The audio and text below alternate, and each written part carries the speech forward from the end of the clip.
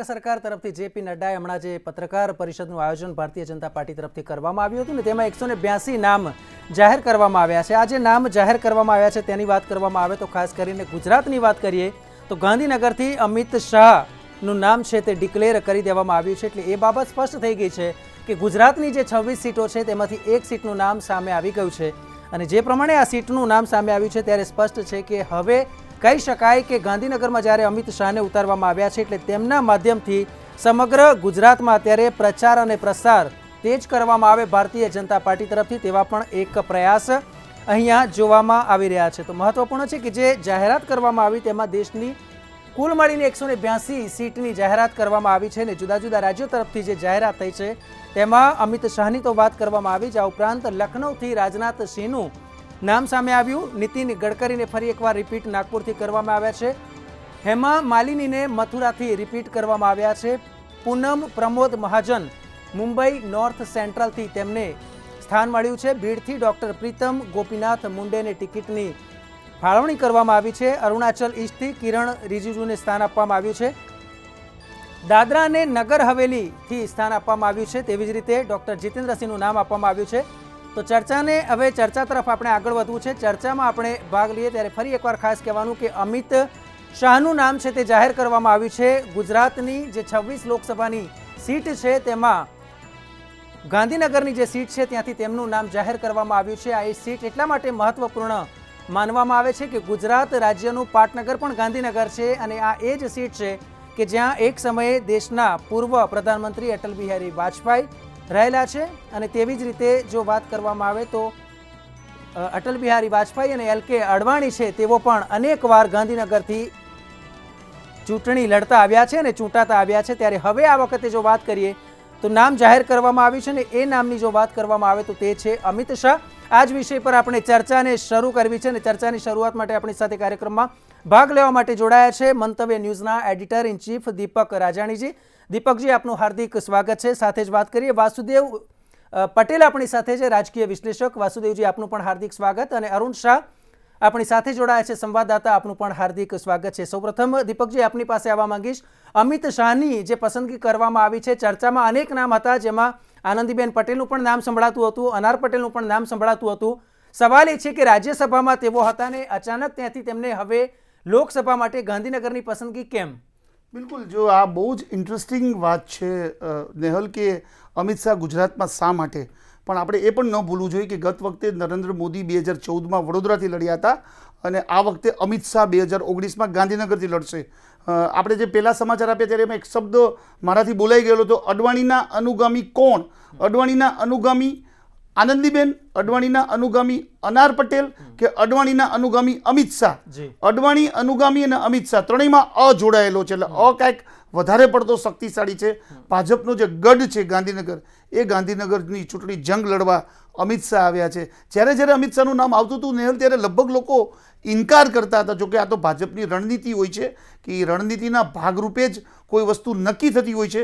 જ્યારે પાર્લામેન્ટરી બોર્ડની બેઠક મળી નેહલ, ત્યારે ચર્ચાનો વિષય તો એ હતો કે લોકો એ પાર્લામેન્ટરી બોર્ડની બેઠક પહેલા અલગ અલગ નામો ચાલતા હતા, અલગ અલગ નામો આ બોર્ડની બેઠકમાં આવશે, પણ જ્યારે ગાંધીનગરની ચર્ચા આવી ત્યારે અચાનક માત્ર અમિત શાહના નામની જ રજૂઆત થઈ। ત્યારે એવું લાગતું હતું કે કોઈ રાષ્ટ્રીય નેતા આવશે અને અમિત શાહનું નામ નીકળી જશે। ઘણા બધા પ્રચાર માધ્યમોએ ચલાવ્યું કે અમિત શાહ નહીં લડે, લગભગ લોકો એવું માનતા હતા કે રણનીતિનો ભાગ હોઈ શકે, પરંતુ અચાનક આજે જે જાહેર થયું છે એમાં અમિત શાહનું નામ આવ્યું છે। આપણે એનું જો એનાલિસિસ કરીએ તો એ છે નેહલ કે ગુજરાતમાં જે ગત વિધાનસભાની ચૂંટણીમાં જે પરિણામો આવ્યા, 74 કોંગ્રેસને અને 99 ભાજપને, એટલે જે 20-25 સીટનો જે ફાસલો રહ્યો એના હિસાબે એનું કોઈ વસ્તુનું પરિણામની અસર લોકસભાની ચૂંટણીમાં ન દેખાય એટલા માટે એક માહોલ બનાવવા માટે રાષ્ટ્રીય અધ્યક્ષને જંગમાં ઉતારવામાં આવ્યા છે। 6 વર્ષનો જેનો સમય હતો રાજ્યસભાનો, એમાં 5 વર્ષ જેવો સમય બાકી છે, છતાં સીધા લોકો સાથે સંવાદ કરવા માટે અમિત શાહને મોકલવામાં આવ્યા છે। લોકો એવું પણ કહેતા હતા કે રાષ્ટ્રીય અધ્યક્ષ લોકસભાની ચૂંટણી એટલા માટે ન લડે કે એમને સીધો લોકો સાથે સંપર્ક કરવો પડે, લોકોના પ્રશ્નોનો જવાબ આપવો પડે, અમિતભાઈ પાસે આટલો ટાઈમ નથી, પણ એક ચોક્કસ રણનીતિના ભાગરૂપે અમિત શાહને ગાંધીનગર લાવવામાં આવ્યા છે। બિલકુલ વાસુદેવજી, આપની પાસે આવવા માંગુ છું। એક સીધો સવાલ સવાલ, ગુજરાતના જે નામ આવ્યા છે પાર્લામેન્ટરી બોર્ડમાં તેમાં ગાંધીનગરમાં એકમાત્ર અમિત શાહનું નામ હતું, કઈ રીતે જુઓ છો? આમાં શું છે કે ભારતીય જનતા પાર્ટીની ગુજરાત નેતાગીરીની જે પેટર્ન રહી છે જી. એ પેટર્ન પ્રી ડિસાઇડેડ હોય છે કે પહેલેથી નામ નક્કી જ હોય છે અને એ પ્રમાણે રજૂઆતો કરવી ના કરવી એની સૂચનાઓ અપાતી છે અને બધા સૂચના પ્રમાણે ચાલે છે. ટોટલી ડિક્ટેટરશિપ હોય છે આ સિસ્ટમ. રહી વાત હવે ગાંધીનગરમાં, તો તમે કીધું એવી રીતે કોઈનું નામ નહોતું આવ્યું અને અમિતભાઈ ગાંધીનગરમાંથી ચૂંટણી લડે છે. બરાબર. અમિતભાઈ શું કામ લડે છે? તો આ પહેલા સરખેજ વિધાનસભામાં એ ધારાસભ્ય હતા અને હરિશ્ચંદ્રભાઈ પટેલના અવસાન બાદ એ ત્યાંથી ચૂંટણી લડ્યા હતા. સલામતમાં સલામત સીટ સરખેજ વિધાનસભાની ગણાતી ને સરખેજ વિધાનસભામાંથી આજે વેજલપુર છે, ઘાટલોડિયા છે, એ બી ત્રણેક વિધાનસભાઓ એ ખાલી એક વિધાનસભામાંથી બની છે, 3 થી 4. પણ વાસુદેવભાઈ, ખાલી આ એક જ સીટ હોઈ શકે? આ ગાંધીનગરની એક જ સીટ ઉપર જ લડી શકે અમિતભાઈ?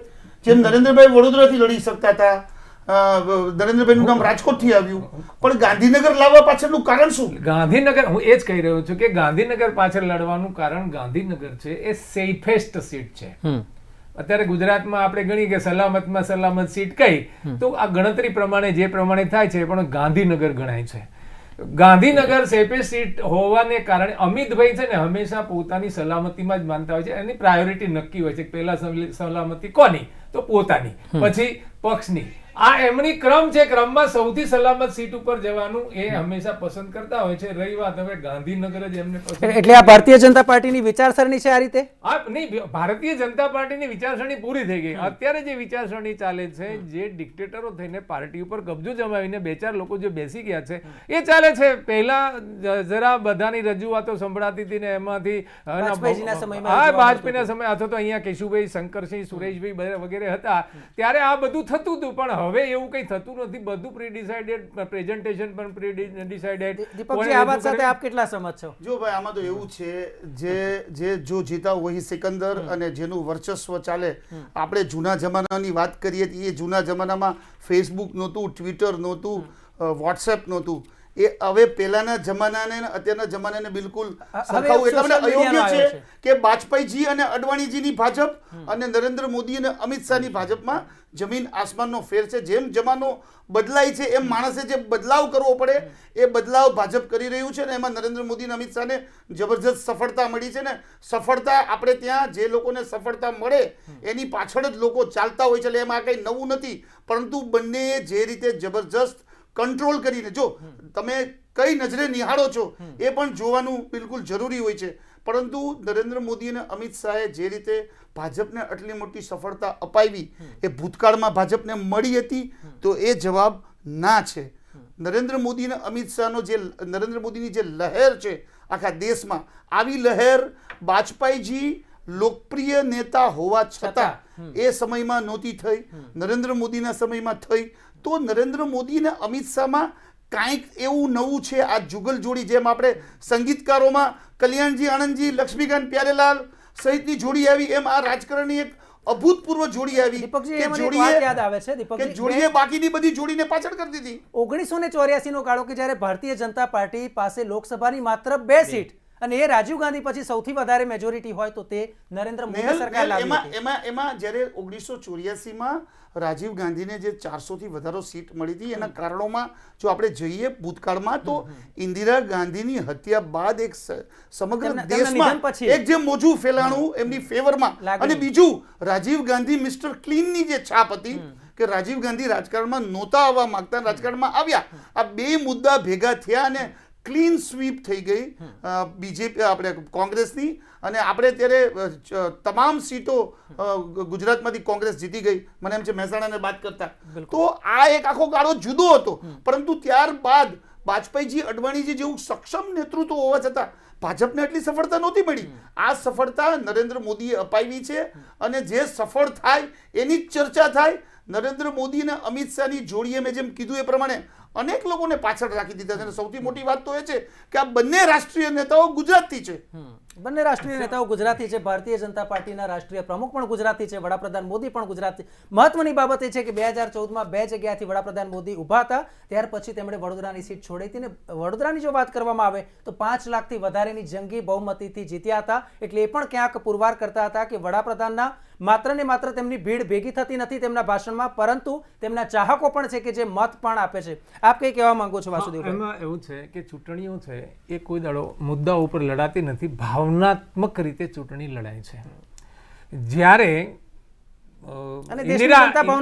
ઇન્દિરાના મૃત્યુ પછી, હમણાં જે પ્રમાણે વાત થઈ કે ઇન્દિરાજીના મૃત્યુ પછી એની સિમ્પથીના વેવ ઉપર રાજીવની પેલી થઈ હતી, એમ ભાવનાત્મક મુદ્દો એવો છે કે આ જે નરેન્દ્રભાઈ અને અમિત શાહને જે સફળતા મળી છે એ માર્કેટિંગના કારણે મળી છે કે છેલ્લા 15 વર્ષથી જે માર્કેટિંગ એમને કર્યું છે અને માર્કેટિંગ માટે જે એમને આખા દેશના બધા રાજ્યોમાંથી જેવી રીતે લોકોને બોલાવ્યા છે, અહીંયા ખર્ચા પાણી કરીને એને મટીરિયલ આપ્યું છે ને જે આખો જે ફેલાવો કર્યો, એટલે ફક્ત માર્કેટિંગના આધારે એક ભાવનાત્મક મુદ્દો ઊભો કરીને એમને કોઈ ગુજરાત મોડેલને એમને જે બહાર મૂક્યું એ મોડેલ ગયું. ગુજરાતમાં બાકીના લોકો જે સરકારી વહીવટી અધિકારીઓ અને રાજકારણીઓના કારણે ગુજરાતના લોકો ઉપર જે આતંક થયો છે એ આતંકના કારણે સાચી વસ્તુઓ છે ગુજરાતથી બહાર ગઈને માર્કેટિંગના આધારે જે વસ્તુ દેશભરમાં ગઈ, એ દેશભરમાં હું ફરતો તો મને ખબર છે માર્કેટિંગ એટલું બધું જબરદસ્ત હતું. એટલે ફક્ત માર્કેટિંગના આધારે જ એ વેવ ઊભું થયું ને વેવ ઉપર જે સ્વીપ થયો છે, ક્લીન ચીટ આખું વેવ જે ઊભો થયો એને કારણે છે ને 14માં જે વેવ હતું ને 14માં જે એમની સ્વીકૃતિ હતી એ 19માં નથી. 19માં જે એમની જે આગાહી કરો છો નથી.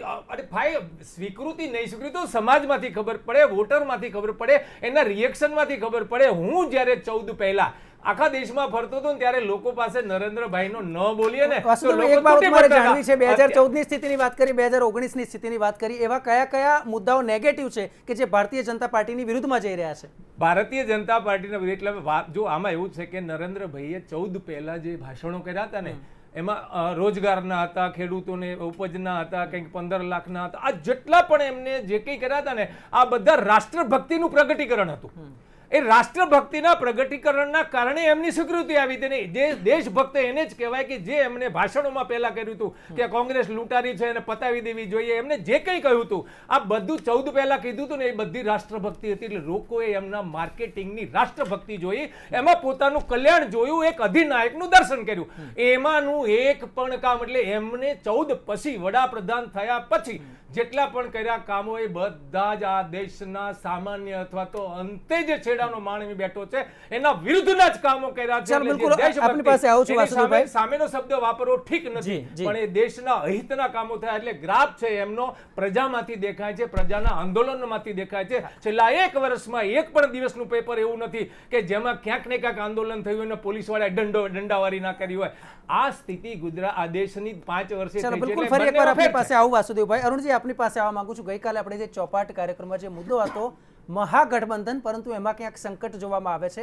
તમામ પક્ષનો એક જ વિચાર છે કે માત્ર ને માત્ર આપણે ભારતીય જનતા પાર્ટીની સરકારને પાડવી છે, પણ તમારા કયા મુદ્દા છે એ મુદ્દે કોઈ કશું જ બોલી શક્યું ન હતું. આપનું શું કહેવું છે? ચોક્કસ રીતે કહીએ કે મહાગઠબંધન જોઈએ તો એક રીતે રાજકીય નીતિ જે છે એ પોતાનું સ્થાન જમાવવા માટેની નીતિ. એટલે મહાગઠબંધનમાં પોતાને ક્યાં ફાયદો થાય છે એટલે તો એ લોકો એક પક્ષમાંથી બીજા પક્ષમાં અને બીજા પક્ષમાંથી ત્રીજા એ રીતે જે રીતે થાય છે. એટલે મહાગઠબંધનના નેતાઓની જે નીતિ છે પોતાનો સ્વાર્થ કયા હેતુથી ક્યાં આગળ સધાય છે તે હેતુ મહાગઠબંધનમાં અપનાવવામાં આવ્યો છે. બીજી બાજુ જોઈએ તો ચોક્કસ હું તમને અટકાવવા માંગીશ. આપણે મહાગઠબંધનની બહુ ચર્ચા થઈ છે. મહાગઠબંધન આપણે પેલા સાઈડ પર રાખીએ. અત્યારે આપણા માટે, ગુજરાત માટે સૌથી મોટી બાબત એ છે કે અમિત શાહ ગાંધીનગરથી લડશે.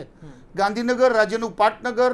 અમિત શાહ રાષ્ટ્રીય પ્રમુખ, સરખેજમાંથી તેઓ ધારાસભ્ય તરીકે ચૂંટાયા હતા, અત્યારે રાજ્યસભાના સાંસદ. ભાજપની નેતાગીરીએ જવાબદારી લીધી છે. તમે ગાંધીનગર આટલા વર્ષોથી કવર કર્યું છે, તમને અમિત શાહ શા માટે ગાંધીનગરમાં આવ્યા? નંબર 1. નંબર 2, અમિત શાહ માટે ગાંધીનગરની સીટ કેટલી આસાન? ચોક્કસ રીતે કહી શકાય દીપકજી કે જે રીતે ગાંધીનગર એક રાષ્ટ્રીય નેતૃત્વ રહ્યું છે એ નિર્વિવાદ હકીકત છે. 1989થી જોઈએ તો શંકરસિંહ વાઘેલા આ બેઠક ઉપરથી સૌ પ્રથમ જીત્યા હતા અને ભાજપની એન્ટ્રી થઈ એવું કહી શકાય. ત્યાર પછી માત્ર 1996 સિવાય એક 1996 અપવાદ રહ્યો છે ને પછી સતત રીતે જોઈએ તો સતત રીતે લાલકૃષ્ણ અડવાણી જે કે કુનેહતાપૂર્વકનું રાજકારણ કહેવાય, ભાજપને સૌથી વધુ બેઠો કરવામાં, જે પાર્ટીનું સંગઠન અને સરકાર વચ્ચેનું સંકલન સાધવામાં, સંગઠનને સુદૃઢ કરવામાં અને પાર્ટીને ઊંચું લાવવામાં જેનું મહત્વનું યોગદાન છે. બે શીર્ષસ્થ નેતૃત્વ હતું ને બે શીર્ષસ્થ નેતાઓ હતા જે અટલ બિહારી વાજપેયી કે જે આજે આપણી વચ્ચે નથી. એટલે એક અટલ બિહારી વાજપેયી અને બીજા છે લાલકૃષ્ણ અડવાણી. એટલે લાલકૃષ્ણ અડવાણીનું યોગદાન ખૂબ જ મોટું રહ્યું છે ને તેઓ એક રાજકારણની દ્રષ્ટિએ જોઈએ તો તેમના માટે આ ગાંધીનગર લોકસભા બેઠક એટલે કોઈને કોઈ જગ્યાએ તો સત્તાવાર રીતે જે રીતે ચૂંટાઈને આવવું પડે તે હેતુથી પ્રજાકીય કાર્યોમાં પણ તેઓ જંગી કહી શકાય કે પ્રજાપ્રિય પણ હતા અને લોકોના વિકાસ કાર્યોને પ્રાધાન્ય આપવામાં આવે છે અને તેના કારણે આ સીટ કહીએ તો જે રીતે રાષ્ટ્રીય નેતૃત્વની રહી છે અને તેના જ આધારે અમિત શાહે પણ સેફેસ્ટ તો ગણાય જ છે કારણ કે ભાજપનું નેતૃત્વ હોય. અરુણજી, આપણી પાસે આવવા માંગુ છું. એક મહત્વપૂર્ણ સમાચાર સામે આવી રહ્યા છે તેના તરફ નજર કરીએ. આ સમાચારની જો વાત કરવામાં આવે તો કોંગ્રેસના નેતા રણજીત સુરજેવાલા તરફથી એક નિવેદન સામે આવ્યું છે. ગાંધીનગરથી અડવાણીની જગ્યાએ અમિત શાહને જે ટિકિટ આપવામાં આવી છે તેને લઈને તે મામલે રણદીપ સુરજેવાલા તરફથી એક ट्वीट કરવામાં આવ્યું છે. लालकृष्ण अडवाणी जी को जबरन मंडल में भेज दिया गया, જે પ્રમાણે દર્શક મંડળ में भेज दिया गया આ પ્રમાણેનું તેમણે ટ્વીટ કર્યું છે. જ્યારે મોદીજી વૃદ્ધોનો આદર કરતા નથી તેવું પણ તેમના ટ્વીટમાં સ્પષ્ટ જોવા મળે છે. अब उनकी संसदीय सीट को भी छीन लिया गया. जब मोदी जी बुजुर्गों का आदर नहीं करते वह जनता के विश्वास का आदर कहाँ करेंगे. भाजपा भगाओ देश बचाओ આ તેમણે ટ્વીટ કર્યું છે. આપ આ મુદ્દાને કઈ રીતે જોઈ રહ્યા છો દીપકજી? આ ટ્વીટને કઈ રીતે જુઓ છો? બિલકુલ, આ તો એક વિરોધ પક્ષના એક સ્પોક્સ પર્સને આ વાત કીધી છે. અડવાણીજીએ પહેલેથી જ જાહેર કરી દીધું છે કે પોતે ચૂંટણી નથી લડવા માંગતા. નેહલ, આપણે એ વાત પણ સમજવી પડે કે અડવાણીજીની અત્યારે ઉંમર 86 વર્ષથી પણ વધુ છે. જોકે 75 વર્ષની જે વાત હતી માત્ર વાત જ રહી હતી. 75 વર્ષવાળાને પણ ભાજપે ટિકિટ આપી છે, પરંતુ અડવાણીજીની ઉંમર 86 વર્ષથી હતી અને લાંબા સમયથી તેઓ ગાંધીનગરનું પ્રતિનિધિત્વ કરતા હતા. હવે જ્યારે એમણે જ પોતે અનિચ્છા વ્યક્ત કરી હોય અને બિલકુલ હવે જેમ વાત કરી કે વાજપેયીજી આપણી વચ્ચે નથી રહ્યા અને અડવાણીજી હવે એક વયોવૃદ્ધ સ્થિતિમાં પહોંચી ગયા છે, ત્યારે એમને લડાવવાના બદલે અમિત શાહને લડાવવાનો નિર્ણય કર્યો છે. અમિત શાહ અત્યારે રાષ્ટ્રીય પ્રમુખ જ છે. એટલે એક જોગાનું જોગ જોઈએ તો ભાજપે જે પોતાની આખી એક જે પદ્ધતિ છે એ ચાલુ રાખી છે. પહેલાં વાજપેયીજી, પછી અડવાણીજી અને હવે અમિત શાહજી. આ તો અમિત શાહજી આપણા ગુજરાતના છે એટલે આપણને એવું લાગે કે ભાઈ આ ગુજરાતના વ્યક્તિ અહીં લડે છે, પરંતુ અત્યારે તેઓ સમગ્ર દેશમાં ભાજપનું નેતૃત્વ કરી રહ્યા છે. એટલે એક રાષ્ટ્રીય નેતા જ ગાંધીનગર લડવા આવી રહ્યા છે. એક રાષ્ટ્રીય નેતા સાથે જ આ સીટ જોડાયેલી છે એ પ્રસ્થાપિત કર્યું છે. અને જે એક્શન રિએક્શનની વાત છે, કોંગ્રેસે રિએક્શન આપ્યું છે કે ભાઈ અડવાણીજીને તમે દર્શક મંડળમાં મોકલી દીધા અને તમે હવે એની પાસેથી ગાંધીનગર છીનવી પણ લીધી. આવું તો બંને પાર્ટીઓમાં બનવાનું. કોંગ્રેસની જ્યારે યાદી જાહેર થશે ત્યારે કોઈક એના એકાદ બે નેતાના નામ કપાશે. આ તો અડવાણીજી અને અમિત શાહજીનું નામ બહુ મોટું છે એટલે ચર્ચાના એરણે આવશે, પરંતુ આવું તો ચાલતું રહે ને આ તો એક્શન અને રિએક્શન છે. બિલકુલ, એટલે જે પ્રમાણે આ ભાજપે નામ જાહેર કર્યા છે તો કોંગ્રેસે કંઈક રિએક્શન આપવું પડે, તેવું જ એક રિએક્શન એ આ રણદીપ સુરજેવાલા તરફથી આવ્યું છે. અરુણજી, આપ વાત કરતા આપણી ચર્ચા એ હતી કે જ્યારે ગાંધીનગર વિધાનસભામાં આપે ખૂબ જ બહોળો અનુભવ ધરાવે છે. આપણે એ જાણવું છે કે લોકસભામાં ગાંધીનગરની સ્થિતિ સંપૂર્ણતઃ કેવી છે અને 2014ની સ્થિતિ અને 2019ની સ્થિતિને આપ કઈ રીતે જુઓ છો?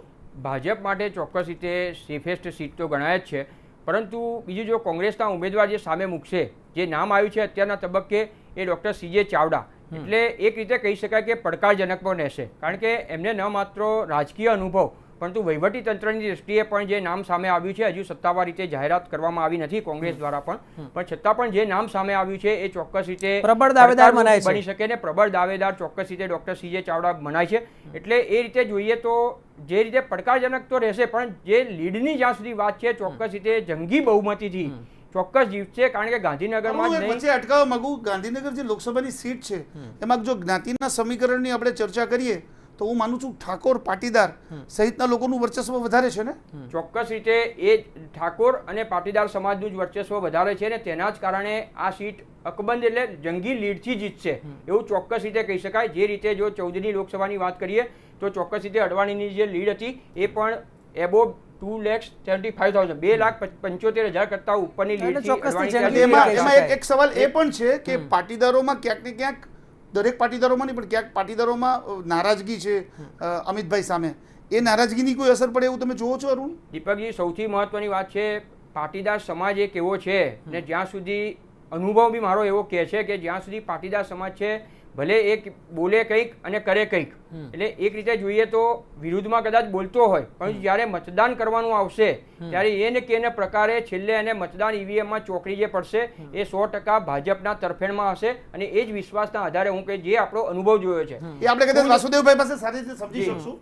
વાસુદેવભાઈ, ત્યાં આજે ગાંધીનગરની સીટ છે એ સીટમાં ઠાકોર અને પાટીદાર સહિતના જ્ઞાતિઓનું વર્ચસ્વ વધારે છે, અને ક્યાંક ને ક્યાંક આપણે અમિતભાઈ સામે પાટીદારોમાં અમુક લોકોમાં નારાજગી જોઈ છે. તમને કેવી લાગે છે? આમાં એવું છે કે ગાંધીનગર લોકસભા જે છે એમાં કલોલ, સાણંદ અને ગાંધીનગર આ ગ્રામ્ય વિસ્તારો છે.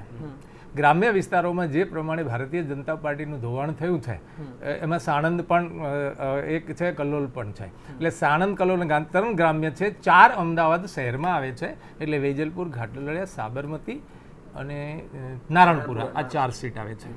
આ 4 છે એટલે પહેલામાં સમીકરણોમાં કંઈ પ્લસ થાય એવી કોઈ સંભાવના મને નથી દેખાતી.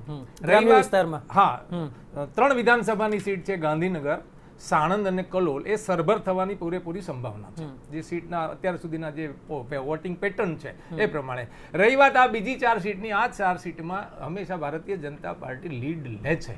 એ વાત સાચી છે કે પાટીદારો મોટે ભાગે ભારતીય જનતા પાર્ટીને જ મત કરે છે.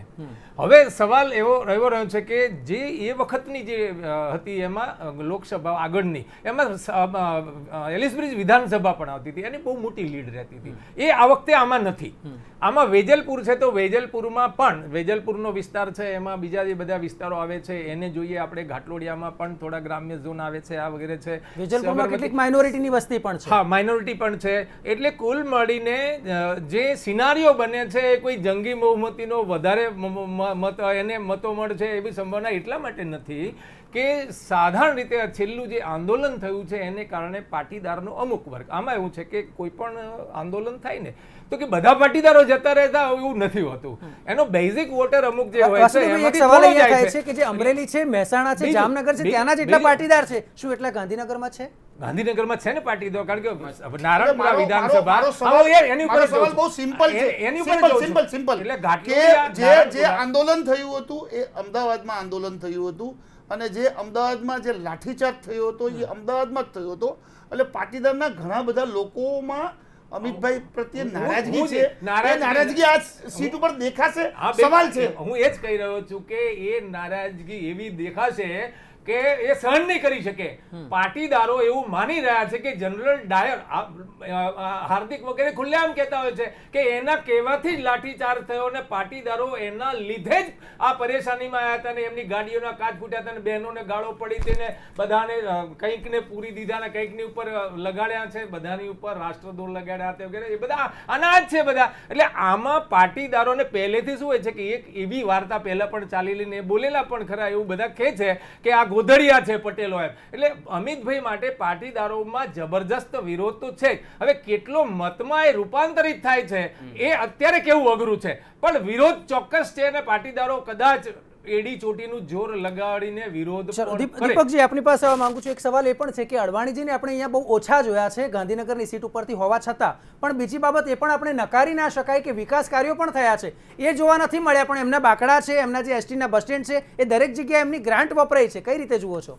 બિલકુલ, એ તો જો આમાં અડવાણીજી ગાંધીનગર ક્ષેત્રમાં નથી દેખાયા, એમની સામે બુમરાણ હતી, એ પણ જગજાહેર છે ને હકીકત છે. પણ આ તો આવું બનતું એવું એટલા માટે રહેતું હોય છે કે જે રાષ્ટ્રીય નેતા હોય છે એ પોતાના મતક્ષેત્રમાં જીત્યા પછી ઓછા આવતા હોય છે, એમના પ્રતિનિધિઓ વધારે કામ કરતા હોય છે. આપણે માત્ર ગાંધીનગર નહીં, આપણે અમેઠી સીટ જોઈએ, વારાણસી જોઈએ. નરેન્દ્રભાઈ વારાણસીથી જીત્યા છે, પરંતુ નરેન્દ્રભાઈનું કાર્યાલય, નરેન્દ્રભાઈના પ્રતિનિધિઓ એટલું સારું કામ કરે છે અને વારાણસીમાં જે રીતે વિકાસ કાર્યો થયા છે એ જોતા નરેન્દ્રભાઈની જીત આસાન છે અને કેટલા મતો એ જીતશે, કેટલી મોટી એમને લીડ મળશે એવી જ ચર્ચા છે. તો એવી જ રીતે અમેઠીનું આપણે જોઈએ છીએ, રાયબરેલીનું જોઈએ છીએ, નાગપુરનું જોઈએ. એવી જે મોટી સીટોવાળી જે રાષ્ટ્રીય નેતાઓની હોય છે એમાં રાષ્ટ્રીય નેતાઓની અવરજવર ઓછી હોય છે, એમના કાર્યાલય અને એના પ્રતિનિધિઓ કામ કરતા હોય છે અને એના હિસાબે જ એઓ વારંવાર ચૂંટાય છે. આપણે કમલનાથ જે મધ્યપ્રદેશના મુખ્યપ્રધાન છે એ છિંદવાડા સીટ ઉપર કેટલા વર્ષોથી તેઓ જીતે છે. શરદ પવાર બારામતીથી કેટલા વર્ષોથી જીતે છે, 14 વાર તો સાંસદ રહેલા છે. એટલા અનેક નેતાઓ, પણ એ નેતાઓની તમને હાજરી પોતાના મત ક્ષેત્રમાં ન જોવા મળે. એવી જ રીતે અડવાણીજી ગાંધીનગરમાં નહોતા અને અડવાણીજી સામે ફરિયાદ પણ હતી કે તેઓ સાંસદ હોવા છતાં ગાંધીનગરમાં ડોક્યુ નથી કરતા. પરંતુ જે વિકાસના કાર્યો થયા છે એ અહીંની સરકારે એમના પ્રતિનિધિઓએ ભેગા થઈને કરાવ્યા દીપકજી, એવી ફરિયાદ પરેશ રાવલના કેસમાં પણ આપણને અમદાવાદમાં ખાસ કરીને જોવા બિલકુલ, મળી. અને એના હિસાબે જ કદાચ અડવાણીજીની માફક પરેશ રાવલની પણ ટિકિટ કપાઈ શકે એમ છે. પરેશ રાવલે પણ અંદરથી અનિચ્છા વ્યક્ત કરી હોય એવું સૂત્રો કહે છે, પરંતુ જગજાહેર નથી થયું. અને ફિલ્મ એક્ટર છે એની પાસે સમય જ નથી હોતો, અને આ એક અખતરો થયો હતો, અને આ અખતરામાં તેઓ જીતી ગયા. કારણ કે જે શહેરી વિસ્તાર છે એ ભાજપનો ગઢ છે, અને શહેરી વિસ્તારમાં કદાચ કોઈ પણને તમે મૂકી દો તો એ જીતી જ જવાના છે એવું માનીને પરેશ રાવલ અહીંથી સાંસદ બનીને ગયા. અને ખાસ કરીને એના વિસ્તાર છે એ વિસ્તારમાં પણ એની સામે ખૂબ ફરિયાદ છે કે પરેશ રાવલ દેખાતા નથી. વચ્ચે તો પોસ્ટર પણ લાગ્યા હતા કે પરેશ રાવલ ગુમ. એટલે આવી જ કંઈક ફરિયાદો અડવાણીજી સામે હતી, પરંતુ પરેશ રાવલ જેટલી નહોતી. પરંતુ અડવાણીજીએ એમના મતક્ષેત્રનું તમે જેમ કીધું પ્રમાણે ધ્યાન પણ રાખ્યું છે, વિકાસના કાર્યો પણ કર્યા છે. પણ અત્યારે જે આખા દેશમાં જે ચર્ચા છે નેહલ, એ એક જ ચર્ચા છે. વારાણસીની તો ચર્ચા એટલા માટે ઓછી થાય કારણ કે લગભગ લોકોને એવું લાગતું હતું કે વડાપ્રધાન વારાણસીથી જ જશે. એક જે નરેન્દ્રભાઈની જે એક અનપ્રેડિક્ટેબલ જે આખી છાપ છે કે ન કરી શકાય એવું મન, એ મન એટલે અમિત શાહ ગાંધીનગરથી. અને બિલકુલ, જ્યારે અમિત શાહને ગાંધીનગરથી આ પદ આપવામાં આવ્યું છે ત્યારે હવે જો વારાણસીની વાત કરવામાં આવે, એક બાબત મારે એ જાણવી છે દીપકજી કે 5 વર્ષમાં વિકાસ કાર્યો એટલા થયા છે કે 5 વર્ષમાં આખી શકલ બદલી કાઢી છે. જો ગાંધીનગરથી હવે અમિત શાહ આવે છે, ચૂંટાય છે અને જીતે પણ છે, તો ગાંધીનગરના આવા કોઈ સ્કોપ ખરા? ગાંધીનગરના વિકાસના કાર્યો ગાંધીનગરમાં એવી રીતે જ થાય, વારાણસીની જેમ ડેવલપ થાય, એવા કોઈ સ્કોપ ખરા? ના, બિલકુલ.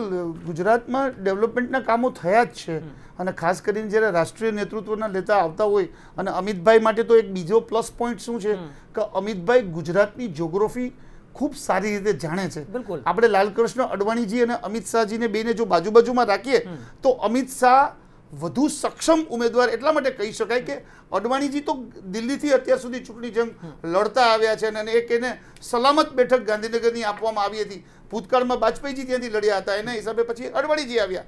પરંતુ અમિતભાઈ માટે તો ગુજરાતનો કોઈ પણ ખૂણો એવો નથી કે જ્યાં તેમનો સંપર્ક ન હોય. એટલે ગાંધીનગરને તો ફાયદો જ થશે. જે વિકાસના કાર્યો હતા એને એ ડબલ ત્રબલ ચોબલ થઈ જાય એવી પૂરેપૂરી સંભાવના છે. કારણ કે એક તો રાષ્ટ્રીય પ્રમુખ ગુજરાતી અને અમિતભાઈ જેવું વ્યક્તિત્વ, એટલે ગાંધીનગરને તો ફાયદો જ થશે. બિલકુલ, ગાંધીનગરને ફાયદો થાય તેવી પૂરેપૂરી શક્યતા છે. વાસુદેવભાઈ, આપની પાસે આવું છું કે લાગે છે કે 26 સીટમાં આનાથી એક માહોલ પણ ઊભો થશે ભારતીય જનતા પાર્ટી તરફનો?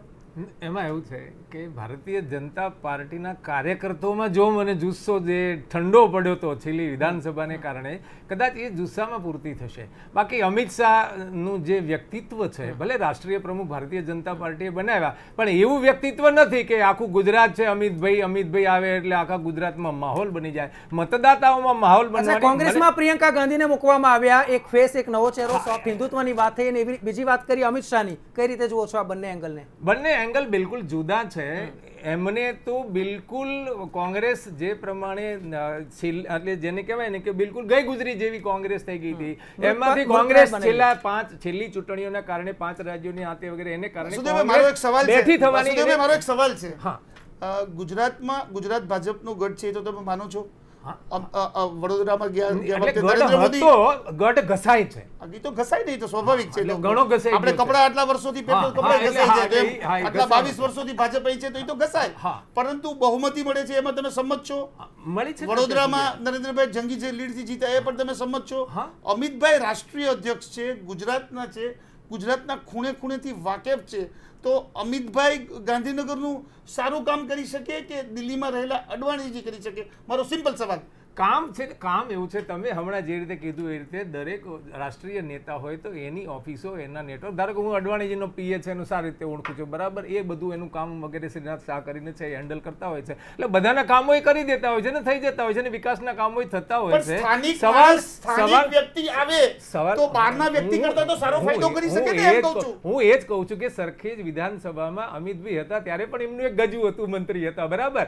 એ વખતે સરખેજ વિધાનસભાને ક્યાં શું થયું છે હિસાબ લગાવો તમે. એટલે માણસની દાનત ઉપર આધાર રાખે છે. આ તો શું છે કે ભારતીય જનતા પાર્ટીમાં એ જે પ્રમુખ બન્યા છે એ ભારતીય જનતા પાર્ટીની પોતાની કેલ્ક્યુલેટ, એટલે પ્રમુખ તરીકેની એમની જે કંઈ બીજા બધા પ્રમુખોની જે રીતે પેલી હોય છે એવી એક એસ્ટાબ્લિશમેન્ટ. બાબત મારે અહીંયા જાણવી છે કે ભલે તેઓ પ્રમુખ છે, ગાંધીનગરથી ઊભા છે, પણ કેમ ના ઊભા રાખે? કારણ કે આજે 26 સીટ મજબૂત કરવી હોય તો આ તો સ્ટ્રેટેજી ભારતીય જનતા પાર્ટી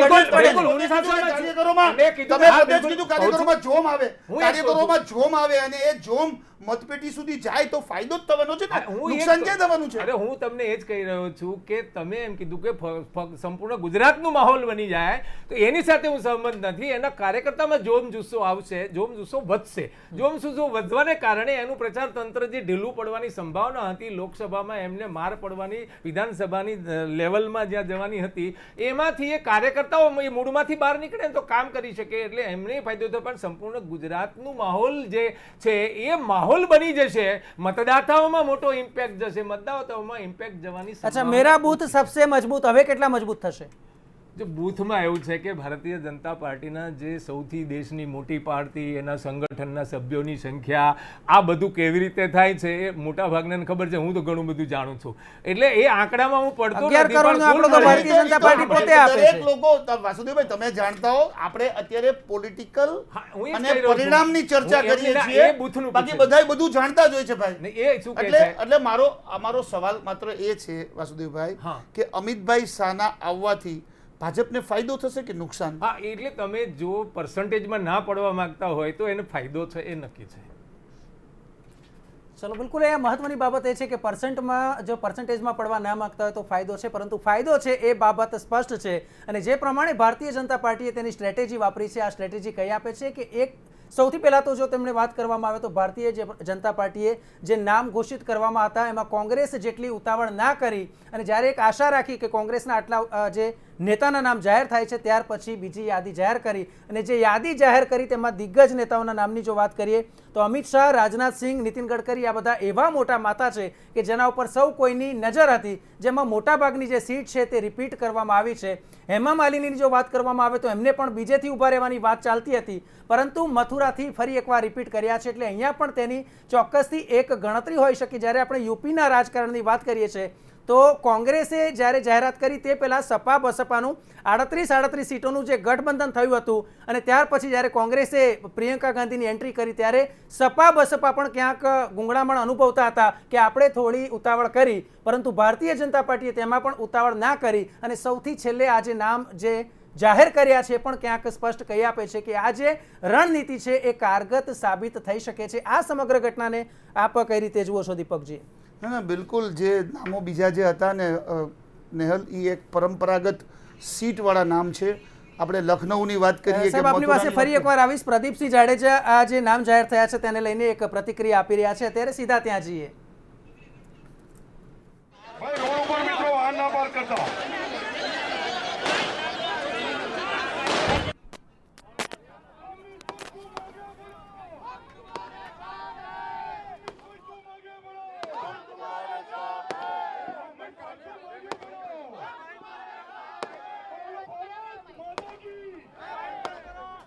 અમિતભાઈ શાહ આજ વિસ્તારના એક બૂથના કાર્યકર્તાથી રાષ્ટ્રના અધ્યક્ષ બન્યા બાદ આજે જ્યારે ગાંધીનગર લોકસભામાં ઉમેદવાર તરીકે એમને પસંદ કરવામાં આવે છે એ ખરેખર ગુજરાતના એકે એક કાર્યકર્તાઓમાં આનંદની લાગણી છે. આ ગાંધીનગરની એક સીટના કારણે ગુજરાતની 26 સીટોમાં ભારતીય જનતા પાર્ટીના કાર્યકર્તાઓમાં અને પ્રજામાં અનેરો ઉત્સાહ જોવા મળે છે. આજે તમે જોઈ રહ્યા છો કે અમદાવાદ શહેરમાં માત્ર અંકુરમાં નહીં પરંતુ અમદાવાદ શહેરમાં અનેક જગ્યાઓ પર ફટાકડા ફોડીને લોકો પોતાના આનંદની અભિવ્યક્તિ વ્યક્ત કરે છે. અને અમિતભાઈ શાહ અને દેશના પ્રધાનમંત્રી નરેન્દ્રભાઈ મોદી બંનેના નેતૃત્વ હેઠળ ગુજરાતમાં 26માંથી 26 સીટો મેળવીશું અને ફરી એકવાર ભારતની અંદર પ્રચંડ બહુમતી સાથે એનડીએની સરકાર બનશે. અમિતભાઈ ગાંધીનગરથી લડે છે, ગુજરાતથી એક રાષ્ટ્રીય નેતા લડી રહ્યા છે. ગુજરાતની અંદર કેટલો ફાયદો થશે? 26 અમિતભાઈ શાહ એક કાર્યકર્તાનો માણસ છે. અમિતભાઈ શાહના પરિવારમાં કોઈ ભાજપમાં નેતા નહોતા, પરંતુ આ ભારતીય જનતા પાર્ટીએ એક બૂથના કાર્યકર્તાને રાષ્ટ્રના અધ્યક્ષ બનાવ્યા. અમદાવાદ શહેર સહિત ગુજરાતના તમામ કાર્યકર્તાઓ સાથે એમણે કામ કરેલું છે, જેના કારણે આ અમિત શાહ એ રાષ્ટ્રીય અધ્યક્ષ નહીં, આ અમિત શાહ એ આપણા અમિતભાઈ શાહ છે. એના કારણે ભાજપના કાર્યકર્તાઓમાં ઉત્સાહ જણાય છે. आज हमारे लिए बड़े गौरव की बात है. हमारे अहमदाबाद के इसी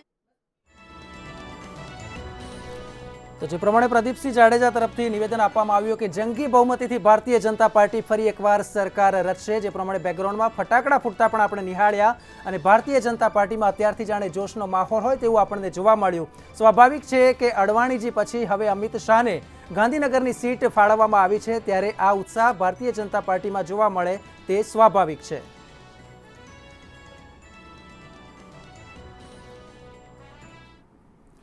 તો આ સાથે આ ચર્ચાનું આપણે સમાપન કરીએ છીએ. ત્યારે વાસુદેવભાઈ આપ અહીંયા આવ્યા અને દર્શક મિત્રોને જે રોચક માહિતી આપી આપનો ખૂબ ખૂબ આભાર. અરુણ શાહ આપનો પણ ખૂબ ખૂબ આભાર અને એડિટર ઇન ચીફ દીપક રાજાણીજી આપનો પણ ખૂબ ખૂબ આભાર.